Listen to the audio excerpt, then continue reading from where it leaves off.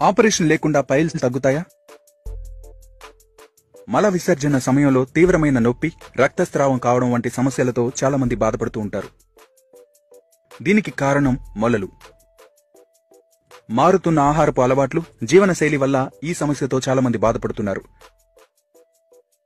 మలద్వారం వద్ద ఉన్న రక్త నాళాలపై ఒత్తిడి తీవ్రంగా ఉండడం వల్ల వాటిలో కొన్ని బొడిపెల్లా తయారవుతాయి. వాటినే పైల్స్ అంటారు. మల విసర్జన తర్వాత వీటి బాధ ఎక్కువగా ఉంటుంది.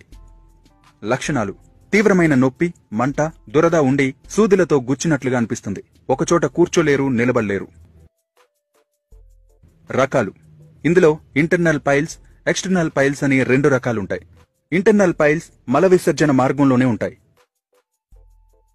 ఎక్స్టర్నల్ పైల్స్ అంటే బయటకొచ్చేవి. ఇవి బఠానీ గింజంత పరిమాణంలో గులాబీ రంగులో 3 లేదా 4 గుత్తులుగా ఉంటాయి.